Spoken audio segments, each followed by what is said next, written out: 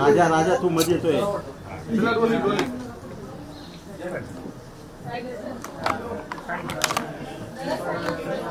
मी एक गोष्ट पहिल्यांदा स्पष्ट करतो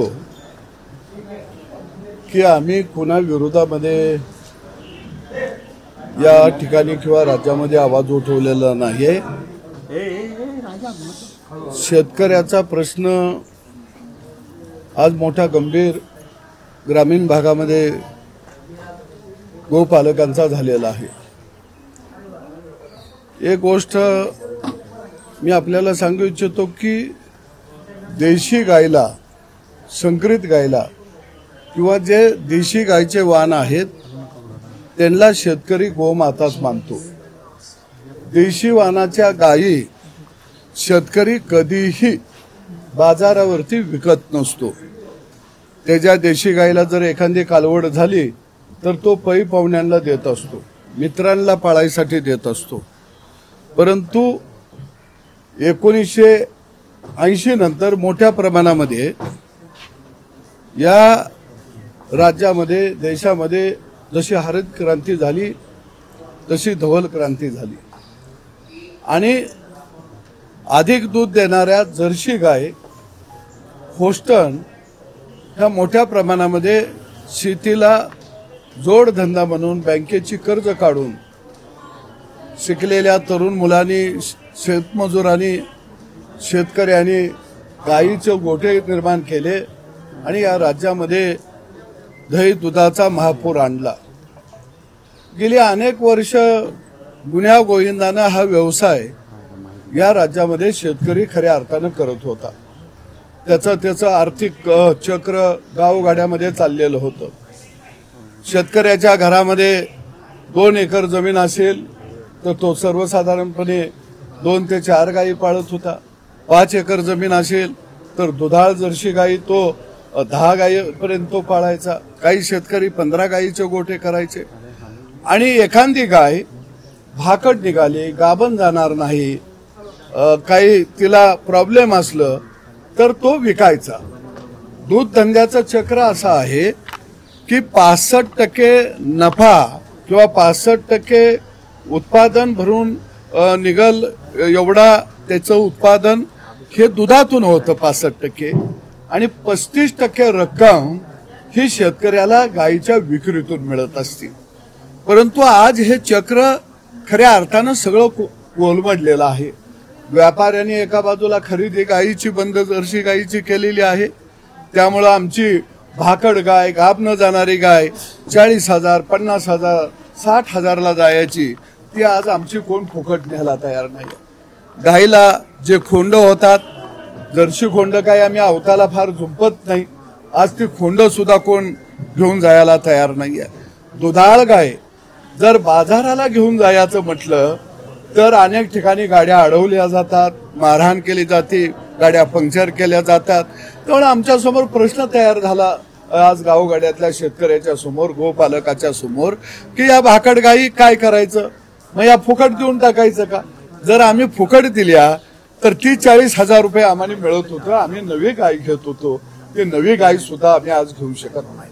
आणि याचा परिणाम असा झाला की दुधाळ गायींना सुद्धा आज बाजारात भाव राहिला नाही. या सगळ्या व्यापार ठप्प झाल्यामुळं 1.5 लाखाची गाय आमची आता 40 आणि 50,000 रुपयाला जायला लागली. दुसऱ्या बाजूला शेतकरी जर्सी गाय कधी विकतो? 2 गायीच्या 4 गायी झाल्या, त्याच्याकडे जागा जर 2 गायीच्या असल्या तर 2 गायी तो अडचणीच्या काळामध्ये विकत असतो. खरं बघितलं तर ती एक ATM सारखा वापर शेतकरी करत असतो. मुलगा आजारी पडला, बायको आजारी पडलं, लेकराची फी शाळेची भरायची असली तर तो एखादी गाय बाजारात नेतो, त्याचे 2 पैसे त्याला होतात आणि तो त्याचा खर्च भागवतो. पण आज ही सगळी व्यवस्था ठप्प झालेली आहे. या राज्यामध्ये 2 कोटी लिटर दूध माझ्या मायबाप शेतकऱ्यानं तयार केलंय. देशात 63 कोटी लिटर दूध माझ्या मायबाप शेतकऱ्यानं तयार केलंय आणि त्याची साखळी आम्ही अशी का तोडायला लागलोय? एका बाजूला जनावरांचे बाजार सरकारनं निर्माण केले. अरे गायी नाही विकायच्या, बाजार नाही करायचा, तर मग ते जनावरांचे बाजार तर आपण खऱ्या अर्थानं बंद करूया. पूर्वी आम्ही, माझ्या बापानं बेंगलोरवरनं गायी आणल्या, आम्ही जाऊन म्हैसाणावरनं म्हैशी आणल्या हरियाणामधून अनेक दुधाळ जातीच्या गायी घेऊन आलो. आता हे येणं अशक्य झालेलं आहे. नवीन जाती जर आल्या नाहीत, दुधाळ जाती जर आल्या नाहीत, तर एक दिवस शेतकरी या व्यवसायातून निश्चितपणानं बाहेर पडेल आणि हे न परवडणारं आहे. आणि म्हणून यामध्ये मी एक शेतकरी नेता म्हणून या प्रश्नाकडे पाहत आहे, गावगाड्याची अर्थव्यवस्था म्हणून या प्रश्नाकडे मी पाहत आहे. माझ्याच गावातले काही शेतकरी गायी घेऊन कोल्हापूरच्या दिशेनं निघाले. रात्रभर त्यांना अडवलं गेलं. 4-5 दिवसापूर्वी प्रचंड मार दिला. ऑनलाईन पैसे त्यांच्या खात्यावरती जमा केले गेले. पोलीस स्टेशनला सुद्धा त्यांची हिंमत झाली नाही गुन्हा दाखल करायचाय. 2-3 दिवसानं परत तो गुन्हा माझ्या गावातला त्या ठिकाणी दाखल झाला. आज कोरेगावचे शेतकरी माझ्याकडे आलेले आहेत. त्यांनी म्हैशी घरामध्ये पाळलेल्या होत्या, चांगल्या म्हैशी तयार केलेल्या होत्या आणि दुधाळ म्हैशी घर खर्चासाठी त्या बिचाऱ्यांनी व्यापाऱ्याला विकल्या. कारण आमचा व्यवहार असाच चालत आहे. शेतकरी असं काही गावोगाव गाई म्हैस घेऊन नाही हिंडत. व्यापारी ह्या गावचं जनावर घेतो, त्या गावाला जातो, त्या गावचं घेतो, दुसऱ्या गावाला घेऊन जातो. त्याच्याकडे शेतकरी येत असतात. अरे बाबा, एखादी चांगली गाय आहे का, चांगली म्हस आहे का. तसं या शेतकऱ्यांनी चांगल्या म्हशी केल्या. व्यापाराला आम्ही आमचा व्यवहार विश्वासानं एकमेकाच्या करत असतो. तो काही सगळं 100% पैसे देत नसतो. परंतु त्या म्हशी ज्यावेळी घेऊन ते कल्याणच्या बाजारला आले, त्यावेळी इथं अडवलं गेलं. ड्रायव्हरला बेदम मारहाण झाली. त्या म्हैशी पोलीस स्टेशनला जमा झाल्या. त्या म्हैशी गोशाळेमध्ये गेल्या. गोशाळेनं दिवसाला म्हैशीला 500 रुपये, रेडकाला 300 रुपये ही एवढी रक्कम लावली. आता ती 5 लाख रुपये रक्कम होणार आहे. शेतकऱ्यानं तर व्यापाऱ्याला 1 रुपयाला म्हस दिलेली आहे इसारत घेऊन. व्यापारी म्हणला मी विकलं की तुला पैसे देतो. आता व्यापारी सांगतोय ती म्हस तुझी गोशाळेत आहे. म्हणून आम्ही शेतकऱ्याला घेऊन आलोया की कोर्टाचा न्यायालयाचा आदेश झालेला आहे, त्यांचा मुद्देमाल आता परत द्या. याचा अर्थ न्यायालयाला पटलं की शेतकऱ्याचं जनावर ह्याला दिलं पाहिजे आणि न्यायालयाचा आदर करून आम्ही आता गोशाळेमध्ये जात आहोत.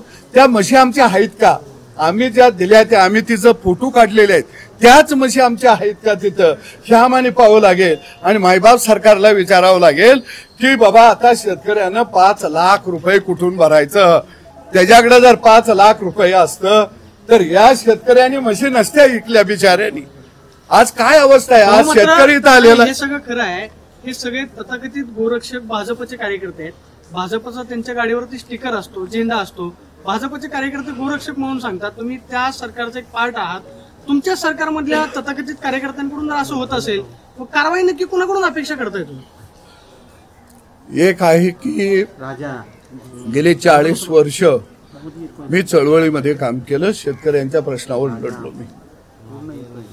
माझं जरी सरकार असलं तर निश्चितपणानं मुख्यमंत्र्यांना या संदर्भामध्ये त्या ठिकाणी लक्ष वेधण्याबाबत आम्ही भेटून सांगू. कारण ही शेवटी शेतकऱ्याची व्यथा आहे. आदरणीय मुख्यमंत्री याची दखल घेतील आणि मी आपल्या माध्यमातून मुख्यमंत्र्यांना नम्र विनंती करत आहे की सदाभाऊ खोत हा बाजूला ठेवा, पण राज्यातल्या शेतकरी नेत्यांचं काय मत आहे, राज्यातले शेतकरी नेते काय म्हणत आहेत, एकदा सगळ्या शेतकरी नेत्यांची बैठक मुख्यमंत्र्यांनी मुंबईला बोलवावी. कारण आम्ही गावागावात गेलो की आता शेतकरी आम्हाला अडवायला लागलेले आहे. लहान वासरं खोंड तो रानामध्ये मोकळ्या सोडून द्यायला लागलेले आहे. एक तुळजापूरला मी कालच तुळजापूरला गेलो भेट द्यायला. त्यानं गाय विकलेली होती, गाव जात नव्हती. 65,000 रुपयाला गाय विकली ती. व्यापाऱ्यानं सांगितलं बाहेर अडवते ती, मी गाय नेणार नाही. तो शेवटी 20,000ला न्या म्हटला तरी ती गाय घेऊ गेला नाही आणि ती गाय त्याच्या गोठ्यामध्ये मरण पावली. अशी वाईट अवस्था गाव पातळीवरती चाललेली आहे. आणि ह्या व्यथा शेवटी मी एक शेतकरी नेता म्हणून, शेतकऱ्यांचा पोरगा म्हणून मला हे शेतकऱ्याचा प्रश्न मांडावा लागतील. तुम्ही गोरक्षकांना अडवणार का? गोरक्षकांना तुम्ही अडवणार का? नेमकं काय झालं? पोलीस तुम्हाला मदत केली का किंवा ज्या म्हशी आहेत त्या म्हशी सध्या कुठं आहेत? काल शेतकरी जाऊन त्या गोशाळेमध्ये बघून आले. तिथं व्हिडिओ काढलेला आहे आमच्याकडे गोशाळेतला. तिथं एकही म्हैस नव्हती. एक गाय मरण पावलेली होती. त्याला कुत्रं लचकं तोडत होतं. पण तेच शुभ काम आहे आम्ही म्हणणार. परंतु मी सरकारला विनंती करतो, अरे आमची जनावरं गोशाळेला देऊ नका. आमची जनावरं व्यापाऱ्यांना जरी नेली असतील ना तुम्ही पकडली तर त्या शेतकऱ्याला देणार आहे बाबांनो, शेतकऱ्याच्या तर ताब्यात द्या. म्हणजे एका बाजूला आता गोशाळेमध्ये मला खात्री आहे की आमची जनावरं किती वाचलेली आहेत, कारण नमकी दुसरी आणून ठेवली ती का, कारण आम्ही आमच्या जनावरांचं फोटो काढलेले आहेत. त्या फोटो प्रमाणे आमची जनावरं आहेत का आम्हाला बघावं लागेल तिथं जाऊन. आणि हा शेतकऱ्याला खरंच ताप आहे. भाऊ म्हटलं हे सगळी कायद्याची तुम्ही गुन्हा दाखलची मागणी करता का? जे कथित गोरक्षक आहेत, म्हशी पळवल्या, सध्या म्हशी नाही तुमच्या म्हणता, काय आहे की ज्या माणसाला माझ्याकडे व्हिडिओ आहे, मी तुम्हाला सगळ्यांना तो पाठवलेला आहे, त्याला एवढं प्रचंड मारलं. तो ड्रायव्हर होता, तो पळून गेला, निघून गेला गुन्हा दाखल करायला इथं मार खाऊन भीतीमुळं, आणि लोकांनी भीती खाल्ली. आता आज एक सांगतो तुम्हाला मी, आमच्या आता वाहनं गायी भरायला म्हैशी भरायला वाहनवाला बी यायला तयार नाही. तो म्हणतो माझं वाहन अडकलं तर वरीवरीसभर वाहन आत राहते. आपण स्पेसिफिक सिंहगडच्या विषयात येऊया. सिंहगड पोलीस तुम्हाला मदत करतात का? गुन्हा दाखल करून घेतात का टाळाटाळ करतात? नाही असं काही नाही आहे. त्यांच्याबरोबर चर्चा झालेली आहे. निश्चितपणानं आम्ही ज्या मुलाला मारलेला आहे त्याला या ठिकाणी तो येईल, गुन्हा दाखल होईल. माझा शेतकरी या ठिकाणी आलेला आहे, त्याचा काही दोष नसताना त्याला या मोठा त्रास झालेला आहे. निश्चितपणानं गुन्हा दाखल करू. पण मला सरकारला विनंती करायची आहे की बळीराजाला सन्मानानं जगून द्या, त्याला त्याचे पूरक व्यवसाय करून द्या. सरकारनं याचा खऱ्या अर्थानं बंदोबस्त करावा, कारण हे काम शेतकऱ्यांचं नाही आहे, हे काम आम्हा कोणाचं नाही आहे. सरकारनं त्याची भूमिका भाऊ मात्र सदाभाऊंची आक्रमकता सदाभाऊंची आक्रमकता शेतकऱ्यांच्या बद्दल विनंती काकुळतीने बोलण्याची काय गरज पडते? सरकारला दिसत नाही काय झालंय की खरोखर तुम्हाला मी सांगतो की जे लोक जनावरं अडवत आहेत हे कॉर्पोरेट कंपन्यासारखे यांचे ऑफिस शहरांच्या मध्ये खोलले गेलेले आहेत. काही म्हशी कुठं आहेत? आमच्या गावामध्ये आहेत. शेणामोतामध्ये हात कुणाचा आहेत? माझ्या बायकोचं, माझ्या बाचं, माझ्या आईचं, माझ्या बहिणीचं. आमची बोटं झटली ती, नकं झटली ती, आणि यांची थाटामाटात ऑफिस कुठं आहेत? सांगली, पुणा, कोल्हापूर, सोलापूर, मुंबई. म्हणजे कॉर्पोरेट पद्धतीनं हा व्यवसाय जनावर अडवण्याचा चालवला जातो. अरे बाबा, काही घेणार आहे तुम्ही, म्हशी घ्या रे, गोट करा रे. ह्या अडवणाऱ्याचा एकाचाही गाईचा म्हशीचा गोटा नाहीये. आणि म्हणून ही गंभीर बाब आहे, ही खऱ्या अर्थानं गंभीर बाब आहे. हे सरकारनं खऱ्या अर्थानं घ्यावी हातामध्ये. नाही घेतलं सरकारनं तर आम्ही शेतकऱ्यांना राज्यातल्या आम्ही पोलीस स्टेशनच्या समोर आम्ही जनावरांच्या छावण्या उभा करू. आणि त्या दिशेनं आता शेतकऱ्याची मानसिकता झाली नसेल तर सरकारनं येऊन आमची जनावरं गावागावामध्ये खरेदी करावीत, किंवा ज्यांना सरकार म्हणत आहे हे गायी तुमच्या राखायला ह्या लोकांची नेमणूक केली, तिन्ही गावागावात यावं आणि बाजारभावाप्रमाणे आमची जनावरं खरेदी करावी. आत्ताच एक गुन्हा 1 तासापूर्वी जतमध्ये 10,000ची खंडणी मागितलेला गुन्हा आताच 1 तासापूर्वी दाखल झालेला आहे. चाललंय काय? आणि म्हणून या ठिकाणी आम्ही आता देशी गायला गोमाता मानतो का? आम्ही 100% मानतो. पण देशी गायच्या गोमातेच्या आडुशानं जर शेतकऱ्याचं खळं दुधादुभत्याचं जर लुटलं जाणार असेल तर शेतकऱ्याचा नेता म्हणून माझं रक्त सांडलं तरी आम्ही थांबणार नाही. कारण सदाभाऊंची आक्रमकता सगळ्या महाराष्ट्राला माहितीये. ऊस आंदोलन तुमची जवळून पाहिलेले आहेत. सदाभाऊंची आक्रमकता एवढी का कमी झाली आहे? गोरक्षकांना तुम्ही अडवू शकत नाही का? सदाभाऊंची आक्रमकता ही राज्य सरकारला विनंती करण्याच्या ऐवजी तुम्ही आधी गोरक्षकांना अडवा ना. आमची आक्रमकता वेगवेगळे आंदोलनं हे आम्ही अभ्यास पूर्ण केलेली होती. हे सुद्धा हातात घेतलेलं हे शेतकऱ्यांचं भवितव्य आणि जीवन मरणाचा हा प्रश्न आहे. याच्यावर सुद्धा आम्ही अभ्यासपूर्ण मांडणी करू. हे कशा पद्धतीनं चुकीचं चाललेलं आहे हे आम्ही मांडू. हा प्रश्न आम्ही आता हातात घेतलेला आहे. आता गावागावातल्या शेतकऱ्याच्या मध्ये मोठ्या प्रमाणामध्ये आम्ही जनजागृती करू आणि आंदोलनाचा एक एक टप्पा घेऊन जाऊ आम्ही पुढे, कारण हा प्रश्न शेतकऱ्याच्या दृष्टीनं महत्वाचा आहे. सरकारमध्ये राहून सरकार विरोधात तुम्ही आंदोलनाची भूमिका घेताय, तर मग सरकारमधून बाहेर पडण्याची तयारी तुमची आहे का, असं शेतकरी नेते म्हणतात. शेतकरी नेते काही म्हणतात, तो त्यांचा भाग आहे, तो त्यांचा विचार आहे. सरकारमध्ये या विषयावरती मुख्यमंत्र्यांच्या बरोबर आमच्या अजून काही चर्चा आणि बैठका झालेल्या नाहीयेत. निश्चितपणानं चर्चा आणि बैठकीची मागणी मी मुख्यमंत्र्यांच्या करणार आहोत. त्याच्यानंतर पुढची रणनीती सगळ्या ठरवता येतील. आणि मी जसे शेतकरी नेते जे काही बोलत आहेत तुम्ही मला म्हटला, तर त्यांनाही बोलवावं या मिटिंगला अशी मी विनंती सरकारला करणार. कर्जमाफीचं काय आता ओला दुष्काळ आहे राज्यामध्ये आता एक रुपये नाही, कारण शेतकरी नेते शेतकऱ्यांचा प्रश्न मांडलाय, मुख्यमंत्र्यांनी ते कर्जमाफीचं आश्वासन निश्चितपणानं दादा पण म्हणतात निश्चितपणानं सरकार शेतकऱ्यांची कर्जमाफी करेल.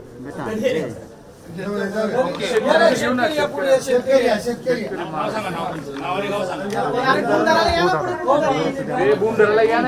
अरे बूम धरा रे कोणी ए बूम धरा आहे थोडंसं मागे आनंदराव मोरे ए राजा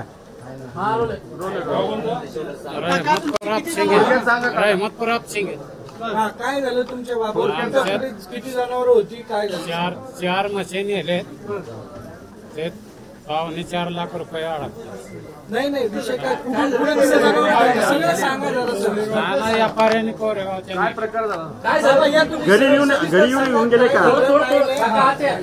दोन म्हशी कोरेगावच्या व्यापाऱ्यांना दिल्या. 2 म्हशीचं 100 रुपये आणि एकीचं 500 रुपयाचं 700 रुपये सर दिला आणि म्हटले 8 दिवसात तुम्हाला पुढं बाजारला नेऊन माल विकला पैसे तुम्हाला आणून देतो. 8 दिवसाचं 15 दिवस जर पैसे मागा गेले ते म्हणले आमची गाडी पुढं धरली, कुठनं आम्हाला पैसे आले तर आम्ही तुम्हाला कुठनं पैसे द्यायचे. आणि गोशाळेत माल आहे म्हणून सांगितलं, गोशाळेत नाही म्हणजे गोशाळेत बघायला गेलो तर आम्ही दिल्या म्हशी बी गोशाळेत नाही. काय माहित आता मग जनावरांची हेराफेरी कोण करतात? हे तुमची ते लोक अडवतात ना रस्त्यावर, गोरक्षकवाली अडवते ती, ड्रायव्हरला मारते ती, माणसाला मारते ती, पैसे काय काढून असते घेते ती. सरकार ऐकतंय काय? सरकार ऐकून काय नाही, ऐकत असल्यावर आमच्या या नाही झालं. हे सरकार शेतकऱ्यांचं आहे का? नाही नाही, शेतकऱ्यांचं नाही, बिलकुल शेतकऱ्यांच्या विरोधात सगळं आहे. शेतकऱ्यांच्या विरोधात सगळं चाललंय. तुम्हाला काय आता ही कसं आहे, गोरक्षवाली जी माणसं आहेत का नाही त्यांच्याकडे काही जनावर नाहीत. ज्यांनी जनावर सांभाळली त्यांना कळतंय जनावर काय विकावं काय त्यांच्या करावं. कारवाईची मागणी करणार आहे का? कारवाईची मागणी करून होत नाही ना काही, नुसतं ऐकून मीडियावाल्यांनी बेतमी द्यायचे एवढं ऐकायचं आणि पुन्हा इथंच गार होते, पुन्हा पेपर वाचायचं, टीव्ही बघायचं, इथंच थांबतंय सगळं. त्याच्यावर इलाजच काय होईल. आता काय ते भाऊंच्या बरोबर जाऊन आम्ही मुख्यमंत्र्यांना भेटणार आहे की हो भाऊंच्या बरोबर जाऊन मुख्यमंत्र्यांना भेटणार आहे. आमची जनावर गेली त्याचं आम्ही करायचं काय? आमची जनावरीच नाहीत, माघारी मिळेल, पैसे होऊन मिळले नाही. आता भाऊंच्या बरोबर आले, भाऊ काय म्हणतील ते आम्ही करणार. भाऊ म्हटले कोणा दाखल करायचं, कोणा दाखल. आता ते जाऊन बघून पुन्हा गोशाळेत जाऊन खात्री आम्ही जनावर दिले ते आमची जनावर आम्ही ओळखतो, आमच्याकडे ते फोटो आहेत, ते जनावर आमची तिथं नाहीच आहेत. दुसरी जनावर आता कालवा चालू झाला म्हणून दुसरी जनावर हजर केले तिथं त्यांनी. दुसरी आमची नाही, आमची आम्हाला दुसरी गोष्ट काय, आमची आम्ही ते आम्हाला पाहिजे, त्याला आम्हाला पैसे पाहिजे दिले. आणि इथनं न्यायची कशी जनावर दिली तरी आता इथून न्यायची कशी जनावर, गाडीवाला येत नाही, गाडीवाला म्हणतो आमच्या गाड्याचं चुकतील, आम्हाला मारहाण होती. खर्च आम्ही शेतकरी आमचं आम्ही स्वस्तात नेली असती, पण जनावर आमची नाहीत, गाडी मिळत नाही. इथं सरकारनं आम्हाला जनावर गोशाळेवालीने आम्हाला घरून पोच करायचं जनावर.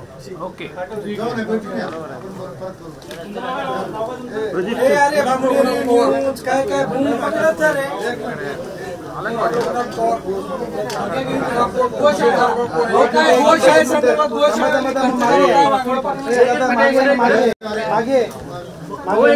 अरे आलो ना. राज्यामधल्या काही गोशाळा ह्या देशी गाई पालनासाठी सेवाभावी वृत्तीनं खरंच चांगल्या चाललेल्या आहेत. पण काही गोशाळा हे जनावरं अडवणे आणि यांचं एक मोठं संगनमत आहे. आणि अलीकडच्या काळात ह्या सगळ्या गोशाळा ज्या आहेत ज्यांच्याकडे जनावरं जमा केली जातात ते ठराविक गोशाळांच्याकडे जमा केली जातात. म्हणजे गोशाळा ह्या शेतकऱ्यांच्या जनावरांचे तुरुंग बनलेले आहेत. आणि म्हणून सरकारला माझी मागणी आहे की गोशाळेमध्ये आतापर्यंत किती जनावरं पाठवली, ती जनावरं किती शिल्लक आहेत, त्या जनावरांची पुढे विल्हेवाट काय लावली याची सुद्धा सगळी तपासणी होणं गरजेचं आहे. आता हे गोशाळेतले माझ्याकडे फोटो आहेत जनावरांचे. म्हणजे एवढी वाईट अवस्था गोशाळेमध्ये अक्षरशः जनावरांची झालेली आहे. कारण या प्रकरणात आल्यानंतर मी काय गोशाळेंच्याकडेही पाहणी करायला सुरुवात केली तर एवढी भयानक चित्र आहे. आणि आता मला पोलिसांनी सांगितलं, मला हसू येतं बिचाऱ्यांचं. काल आमच्यावर जे कार्यकर्त्यांच्या बरोबर शेतकऱ्यांच्यावर जे पोलीस गेले त्यावेळी तिथे एक बी जनावर नव्हते. एक मेलेली गाय होती, एक उभा गाय होती, दोघी डिवाय. पोलीसवाले तसा पंचनामा केला आणि आता तेच अधिकारी सांगायला लागले तिथं 7 जनावर आहेत, सगळ्या म्हशी आहेत. मग मी म्हणलं सगळ्या किती म्हशी आहेत? नाही म्हणले त्यांच्या साथीच्या साथी आहेत. म्हणजे त्यांना माहित बी नाही यांच्या 21 जनावर होती ती. मग मी FIR ची कॉपी दाखवली, अरे 21 आहेत. हा मग 21 असतील. म्हणजे अरे असं मी सगळ्यांना सांगतो, अशा पद्धतीनं शेतकऱ्याशी बळीराजाशी वागू नका.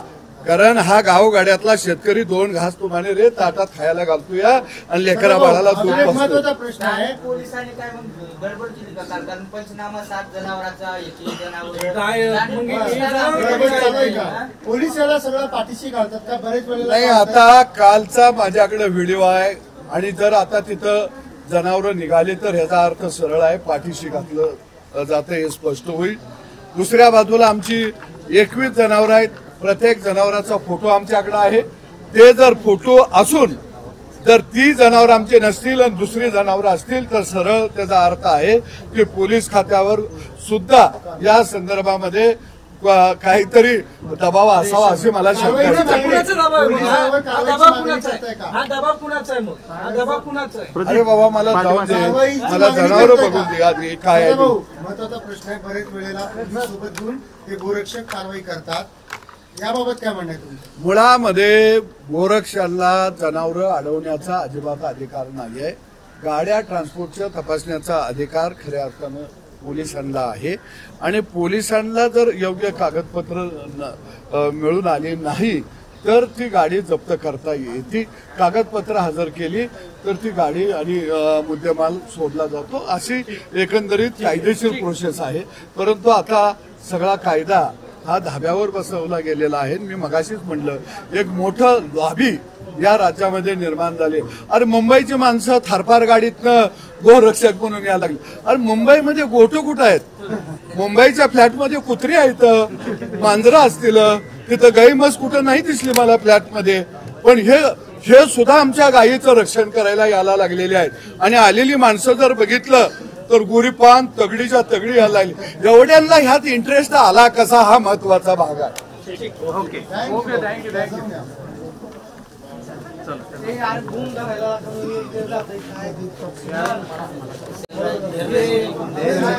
हे नाही तर ते घेऊन खाली